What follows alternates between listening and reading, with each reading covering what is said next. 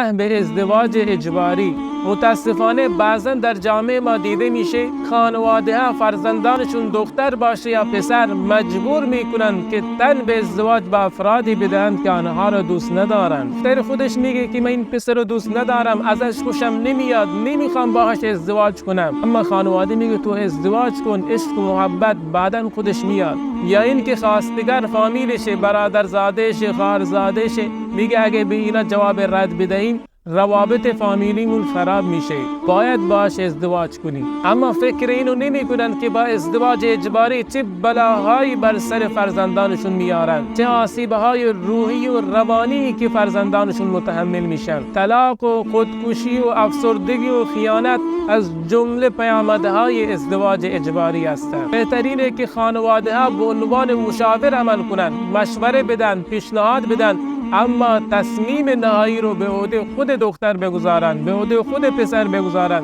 چرا که اونها قراره باهاش زندگی کنن، نه شما.